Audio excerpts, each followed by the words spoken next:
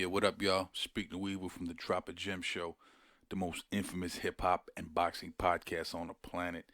Yo, real quick, before this video drops, I just want to let y'all know we need y'all to subscribe, hit the like button, and hit the bell icon. Subscribe because you want to know what's going on with the channel and be part of the Drop a Gem family. The bell icon notifies you immediately when we have a video dropping, and we drop several a week. And also hit the like button because it increases the visibility of the show. So we thank y'all for your support. Again, hit the subscribe, like, bell icon, and we'll catch you on the next video. Peace. His brother. It's very rare that you see an individual that in a short span of a couple of years, becomes like the most talked about rapper in New York and one of the most talked about in the game.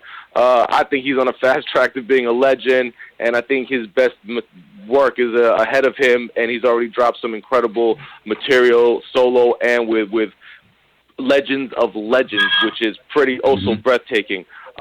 This man, we could talk about his father, who was arguably one of the greatest MCs of all time, Big Pun. But what I love is that his son is also an incredible MC, and I think when it's all said and done, they're gonna put him in that same category and talk about him the same way on some like Joe Montana, Tom Brady shit. You know what I'm saying? So without further ado, Drop a Gem podcast. We are proudly present to you the one and only Chris Revers. What's going on, brother?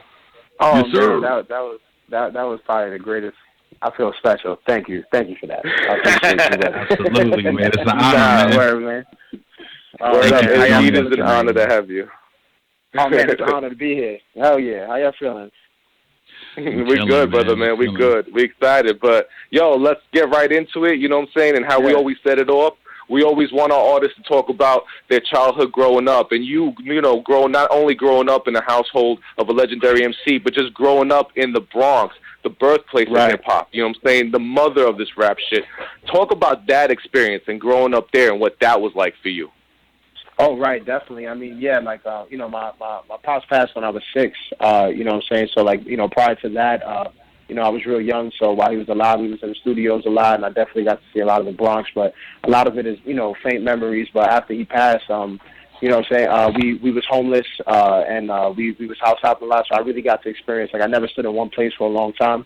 I was house hopping between friends or in the shelter of families' houses and stuff like that, so I got to see all sorts of different neighborhoods and see all the cultures, you know what I'm saying, it's definitely dope. Like, I remember freestyling in the cafeteria, the lunchroom, you know what I'm saying? Like that was so cool to me, and just seeing everybody like in different places with their expressing their different styles through fashion, and everyone trying to be flyer than the next person. I think that's all in New York too, but you know what I'm saying? But you could really feel it, people stunting in their cars and the motorcycles was bigger when I was young. I mean, I'm 23, but when I was a little kid, I remember whole motorcycle gangs used to rolling through, and like it was just it's like I think the Bronx is like real gully, real loud, but very there's a lot of love here too, you know what I'm saying? Now, and people stand up for their own. So like it's definitely been a dope experience growing up in New York and growing up in the Bronx. Very fast paced and yeah, it's love here, man, and hip hop is so like music is a big part of my life, and you could see it like whether it comes with music in general, like even when it comes to the rockers and everyone like that, like you see music brings a whole bunch of different types of people together. Like even culturally, there's a lot of people who may stick to their own culture, but music blends all the cultures, whether you're white, black, Hispanic, whatever it is. Like everyone gets together when it comes to these shows and festivals and stuff like that. So I feel blessed growing up there, definitely. Yo, you mentioned you're 23 years old. I'm bugging off that shit, man. You are so well spoken for 23, man. That's amazing, man. Oh wow, thank you so much. Yeah, man. Absolutely, man. You also mentioned having faint memories of your father. Being so young, did you have a real grasp or understanding on how big of a legend your father was while he was around? Not until he passed. I noticed it more when I actually went to his funeral, because while he was alive, I knew he rapped. You know what I'm saying? I knew, but I was real young. And I didn't know the life that I was living or who he was special, because it was all I knew at the time. I had nothing to compare it to. But when he passed, we went to the Ortiz funeral home right there in Castle Hill. That's where his funeral was held, and Yeah, I mean, like literally, like cars couldn't go through. Like it was like a mob, like thousands and thousands of people, blocks upon blocks, just stuffed with people just to see him. And like you know, us being inside where the casket was at the wake, and I see people that I've never seen before in my life, or people who never met him, just drop to their knees and rip their shirts off and scream, and just like to see how many people, you know, the hundreds of thousands of people that he impacted, people that he never even met in person, just through his music.